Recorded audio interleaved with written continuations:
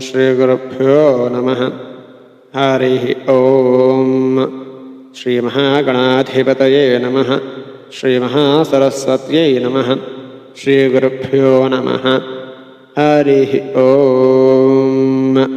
वागर्थापिव सम्पृक्तौ वागर्थप्रतिपत्तये जगतः पितरौ वन्दे पार्वती परमेश्वरौ। పరమేశ్వరస్వరూపమైన శ్రీ శివమహాపురాణ పఠనమునకు నమస్కారం. ఇక ఈ వీడియోలో సతి ప్రాదుర్భావం బాల్యం అనే ఘట్టం గురించి తెలుసుకుందాం. మునుపటి ఘట్టంలో తెలుసుకున్నట్లుగా దీనికి ఫలంగా నువ్వు కూడా స్థిర నివాసం లేక లోక సంచారమై తిరుగుతూ ఉంటావని చూపించాడు దక్షుడు. ఎంత శివమాయ అనుకోని పయనమయ్యాడు నారద మహాముని. విషయాన్ని తెలుసుకున్న బ్రహ్మ అక్కడికి వచ్చి దక్ష నారదుడిద్దరిని ఓదార్చి వారి మధ్య సాక్షాత్ను ఇచ్చి నారదుడిని తీసుకొని తన నిజధామానికి చేరుకున్నాడు. తర్వాత దక్షుడు తన భార్య యందు 60 మంది కుమార్తెలను కన్నాడు. వారిలో 10 మందిని ధర్మునకు, 13 మందిని కాశ్యపునకు, 27 మందిని చంద్రునకు, 2 ఆంగిరసునకు, 2 కృషాశ్వనకు, తక్కిన కన్యలను దక్షునకు ఇచ్చి యథావిధిగా వైభవంగా వివాహాలను జరిపించాడు. వారి సంతానంతో ఉల్లోకాలు నిండిపోయినాయి. దక్షుడు సంతోషించాడు. దక్షుడు కుమార్తెలలో సతీదేవి పెద్ద కుమార్తె అని కొందరు, మధ్యమ కుమార్తె అని మరికొందరు, కాదు కనిష్ఠ కుమార్తె అని మరికొందరు చెబుతూ ఉంటారు. కల్పభేదం చేత అవన్నీ సత్యములే. అనగా ఈ చరాచర సృష్టిలో ఎన్నో కల్పములు ఉన్నాయి, ఎన్నో ప్రాణులు ఉన్నాయి, ఎన్నో ప్రపంచాలు ఉన్నాయి. ఆ ప్రపంచములలో కొన్నిటిలో చిన్న కుమార్తె అయి ఉండవచ్చు, కొన్ని కల్పాలలో మధ్య కుమార్తె అయి ఉండవచ్చు, మరికొన్ని కల్పములలో పెద్ద కుమార్తె అయి ఉండొచ్చు. ఎప్పుడు పుట్టినా ఎక్కడ పుట్టినా తను సతీదేవియే కదా. ముళ్ళారా, సతీదేవి యొక్క జనన వృత్తాంతాన్ని చెబుతున్నాను వినండి. ఈ గాథ పరమ పవిత్రమైనది, కలికల్మష హరమైనది కూడా. స్త్రీలకు సౌభాగ్యాన్ని ఇచ్చేటటువంటిది, సంతానాలను ఇచ్చేటటువంటిది, దాంపత్య జీవితంలో సుఖ సంతోషాలను పెంపొందింపచేసేది ఈ ఘట్టం. ఇటువంటి ఘట్టం వినినా చదివినా చాలు సుమా. దక్ష ప్రజాపతి భార్యతో కలిసి ఏక మనస్కులై క్షీర నిరన్యాయంగా అన్యోన్యంగా ఉల్లాసభరితులై కాపురం చేసుకుంటూ ఉన్నారు. అనగా వారు నీళ్ల వలె అన్యోన్యంగా దాంపత్యం చేసుకుంటున్నారు. అలా ఉండగా ఉమాదేవి దయాన్వితి దక్షపత్ని హృదయంలో నిలిచింది. అనగా అశక్ని హృదయంలో నిలిచింది ఆ ఉమాదేవి. ఆ తర్వాత వీరునికి అనగా అశక్నికి గర్భజహ్నాలు ప్రకటితమయ్యాయి. మావాస కారణంగా దక్షపత్ని మహామంగళ రూపిణిగా కనబడుతోంది జనులకు.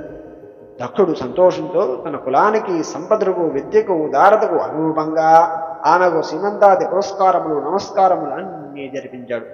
వచ్చిన మహర్షులకు మర్యాదలను చేసి వారి మనోరథాలు నెరవేర్చి వారిని తృప్తిపరిచి వారి ఆశీర్వచనాలు కూడా పొందాడు దక్షుడు.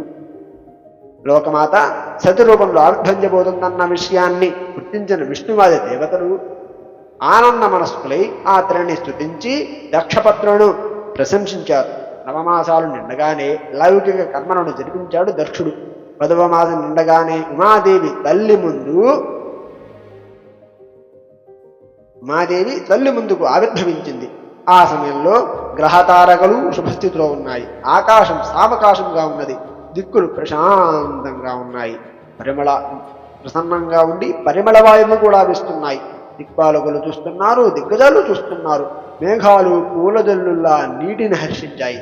తేజోమండల పరివేష్టిదైన ఆ బాలికను చూచి దక్షుడు ఆమె దేవియే అని సంతుష్టి రంగుడై ఇలా స్తుతించడం మొదలుపెట్టాడు. ఓ మహేశ్వరి, జగన్మాత, నీవు సనాతనవి కదా, నీకు నమస్కారమమ్మా. ఓ మహాదేవి, దయచూపు, సత్యము నీవే. వేదవేత్తలు నిన్ను శివ, శాంత, మహామాయ, యోగనిద్ర, జగత్స్వరూపిణి అని వర్ణిస్తూ ఉంటారు కదా. హితమును చేకూర్చు నీకు నమస్కారం. పూర్వం విధాతను సృష్టి కార్యమునందు, విష్ణువును జగద్రక్షణ కార్యమునందు వినియోగించిన దానివి నీవే కదా. నువ్వు పరబ్రహ్మ స్వరూపిణివి, జగన్మాతవు నీవే కదా తల్లి. రుద్రుని జగన్నాశమును కొరకు వినియోగించేది కూడా నీవే. సత్వరదస్తమో గుణములు గుణాత్మకపదవు నీవే కదా. నువ్వు త్రిమూర్తుల రూపంలో సర్వకార్యములు చేస్తూ ఉంటావు కదా. విద్య అవిద్య స్వరూపము నీ స్వరూపమే కదా. నిన్ను సేవించి వారికి భుక్తి ముక్తులు 2 అరచేతిలోనే ఉంటాయి కదా తల్లి. ఓ జగన్మాత, నిన్ను ఎవరైతే భవానీ, అంబిక, జగన్మాత, దుర్గా అని స్తుతిస్తారో వారికి సర్వము సిద్ధిస్తుంది కదా తల్లి అని స్తుతించాడు దక్షుడు. బుద్ధిశాలి అయిన దక్షుడు ఇలా స్తుతించగా అక్కడున్న వారెవరికి వినబడకుండా ఈ విధంగా దుర్గాదేవి దక్షుడితో, నన్ను కుమార్తెగా పొందాలనే నీ కోరిక సిద్ధించింది అని పలికి తిరిగి శిశుభావాన్ని పొంది రోధించడం మొదలుపెట్టింది. ఆ బాలికను చూచి తల్లి అయిన శిక్నితో పాటు అందరూ ఆనందించారు. దక్షుడు వేదోక్త సంస్కారములతో పాటు కులాచారాన్ని కూడా అనుష్ఠించాడు. ఇక్కడ మహా ఉత్సవం ప్రవర్తిల్లింది. ఆమెకు మా అనే నామకరణం కూడా చేశాడు దక్షుడు. తర్వాత ఆమెకు లోకంలో ఇతర నామాలు కలిగాయనుకోండి. అమ్మవారి నామాలన్నీ మహామంగళకరములే. విశేషించి నరులకు దుఃఖ నివారకములు ఆ నామములు. వచ్చిన వారందరికీ చేతులెత్తి నమస్కరించి గౌరవించి సాగనంపాడు దక్షుడు.